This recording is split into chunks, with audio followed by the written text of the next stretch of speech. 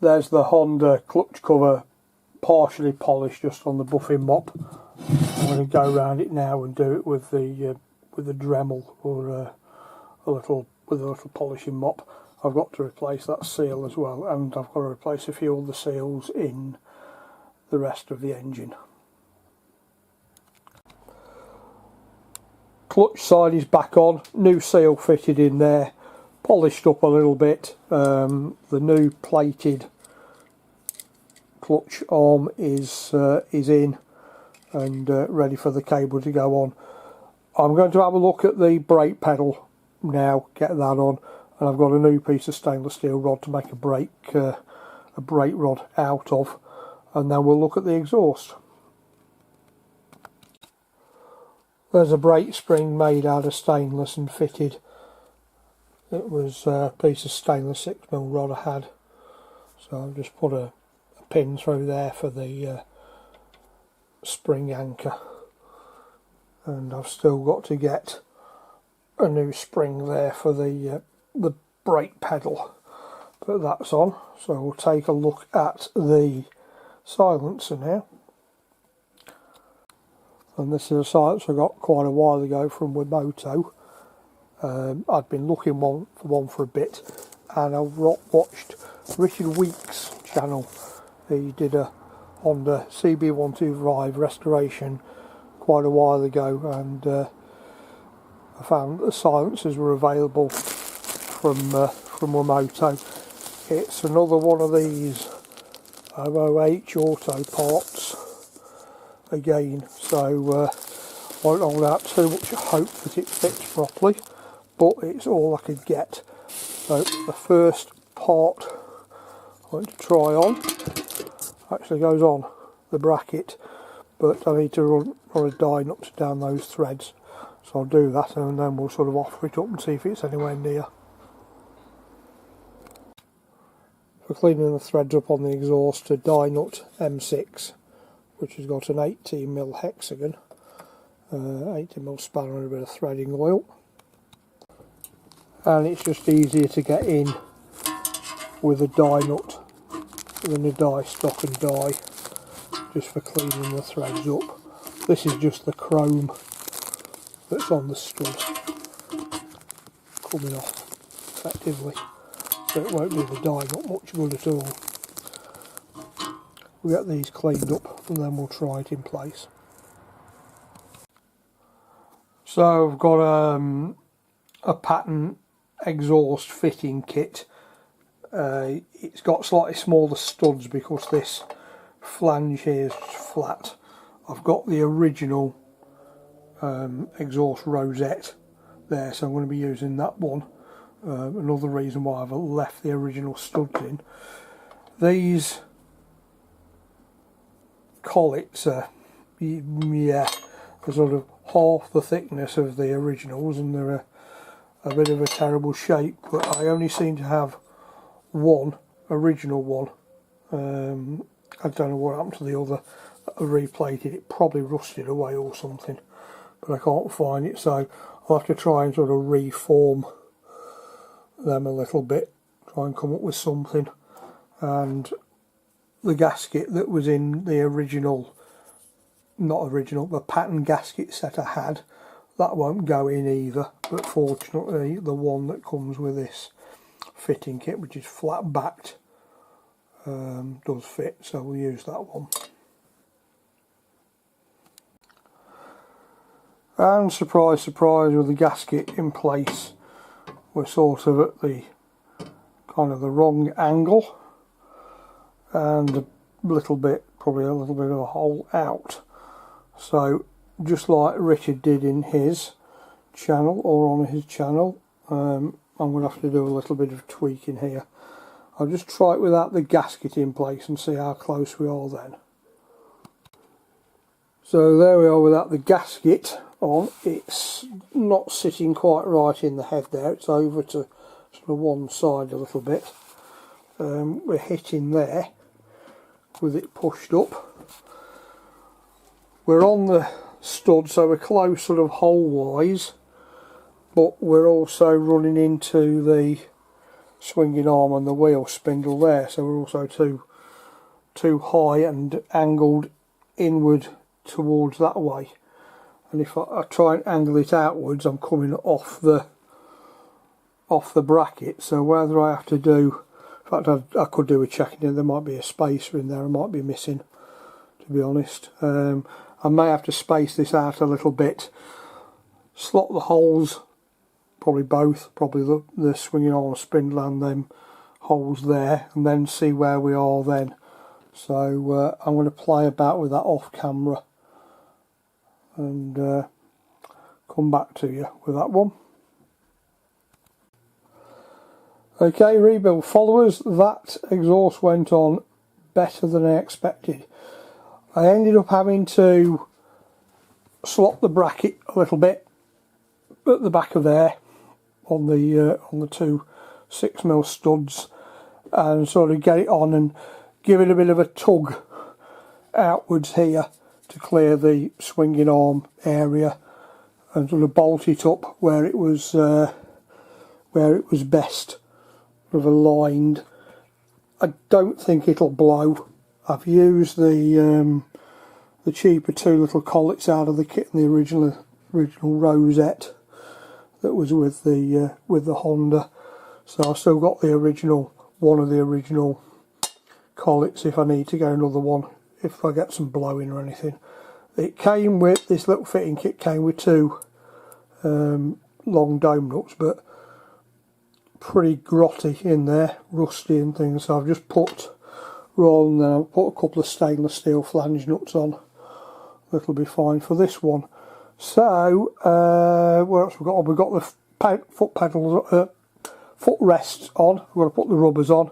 That has to go on before the exhaust can go on. As I previously said, I've got that spring to do. I might get the carburettor on actually, rebuild the carburettor and the airbox pipe, or shall I have a look at the harness first, because I've got to thread that through various places.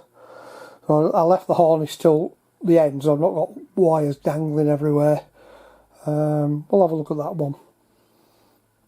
But it's coming on. How long this exhaust lasts, I don't know. If it's stood in the shed, it should last a while.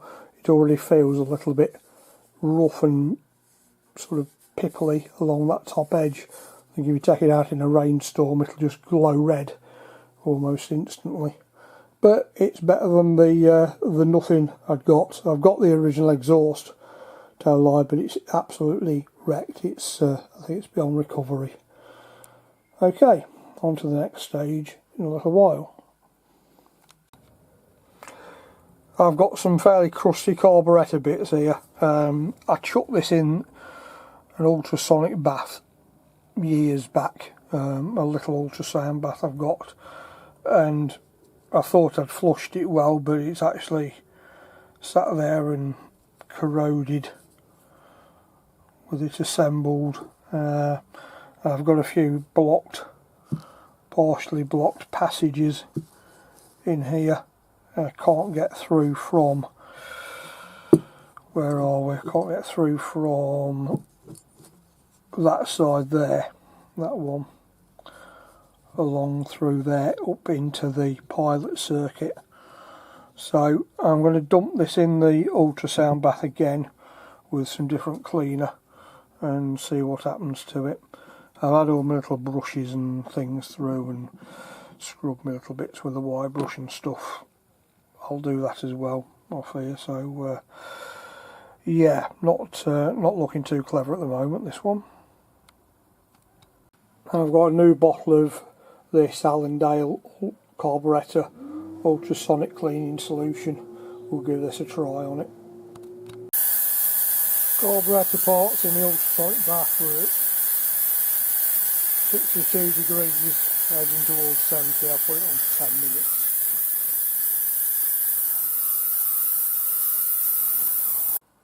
So I've rebuilt the carb and put that on in place.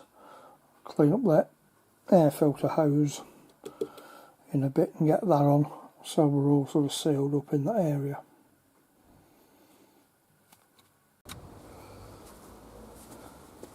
For the wiring harness and the bits, I'm just using some wipes and going over the bits and bobs, get the grime off them, and then we'll put the harness on, dangle it sort of roughly in place. But this the wiring harness is in pretty good nick to be honest. And it just literally needs a bit of a wipe down and clean up. There's nothing badly damaged on it or anything like that. There's no corrosion, surprisingly, considering how corroded the rest of the bike was. This has survived pretty good, so I'll just carry on cleaning this up and then we'll get it onto the frame.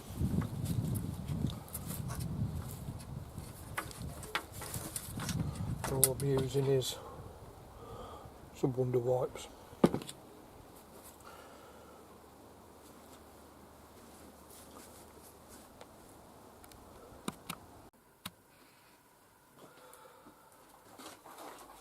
So if you're looking over my shoulder, I can roughly get this in position. So it's just been wiped down a little bit, and a little bit of silicone polish on it just to gloss it up a little bit.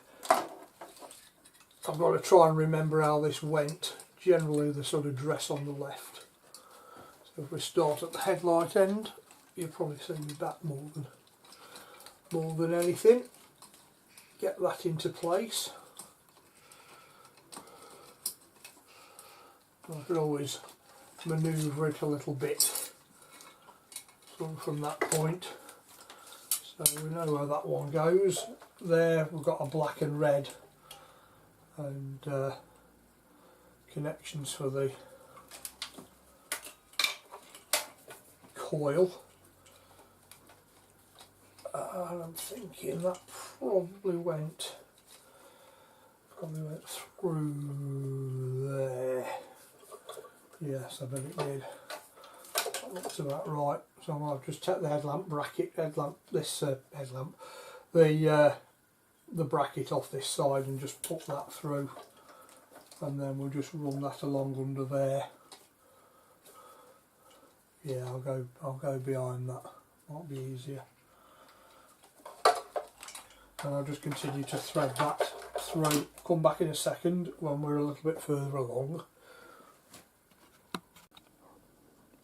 This bike had a new plug cap on, even though it's not done many miles, but I think the original plug caps used to be metal shrouded. They used to be a bit prone to damp. But I also noticed when this come apart, the state of the condenser wires there. I wonder if the original owner had some cutting out or misfiring problems. So that's in a little bit of a state. Fortunately still available. This come off of eBay, brand new, made in Japan, condensers of the same type, so we'll put one of them on when we fit the coil. A new rear brake pedal spring was available as well. That's the number for that, and that's that one in there. That's fitted on now. That's made quite a nice rear brake, complete with its new stainless steel rod. Now, slowly coming on. Got the air filter hose on. Don't know if I recorded that before. I'm still looking for one of these little garter springs that were around here. And we're on Sunday night, and I'm just mid-editing right at this very moment. I've just realised that I've ended on a bit about the garter spring for here and the brake pedal spring for there. All of this is all in little bite-sized pieces that I'm recording. I've got the coil on with our new condenser there. I need to check under the tank that that's got clearance and find out why there were some rub marks on that. But according to the parts list, that is the correct place. Over to my messy bench. Let's just pan over to the parts list for you. So on the parts list there, we show the condenser there, just on that bracket on that side. So yeah, it looks about in the right place, but I'll make sure we check that. And back up to there, I realise I haven't got anything else on the wiring harness. The harness is roughly in place. I may have to just shuffle it down a little bit yet. I'll see what it's like when the tank's on, but that should be alright, I think. We're about there or thereabouts with its position. Everything sort of dropping in place. We've got our earth lead and our power cable for our battery there. We're connected up to our harness on the alternator. There's our plug for the rectifier when that comes in, and there's our earth lead for the battery as well. One's on the frame, one's on the battery, whichever it is. And I've got wiring for the indicators. The back light wires weren't in a piece of, they were just bare wires, so I'll put them in a bit of heat shrink and just sealed the ends up there. We can probably look at getting the indicators on. I've got to straighten these down a little bit because this again is a pattern mud guard and everything's a little bit tilted up in the air. So yeah, kind of getting there. So I'll leave it at that for now. This will be my last recording for this section. I'll get this in the editing machine and get it posted. Say it's Sunday night right now, so this will be online in about probably about a couple of hours, something like that, by the time it's minced its way through the ether of the Ethernet. So coming on slowly. I'll catch you on the next bit. I'll probably do a little bit on the A10 project. If you've seen the short, I've got a frame that's down here at the moment. I'm slowing down, that's hiding behind there. I'm just looking at some forks for this as well, and a wheel, although the wheel's just shot up, I noticed about an hour ago. So yeah, that's kind of going to be the next project. I'm going to probably do little bits on this, but I want to try and concentrate and get this Honda done, or at least to a point where it's sort of near enough done out of the way. So I'll catch you on the next update. Bye for now.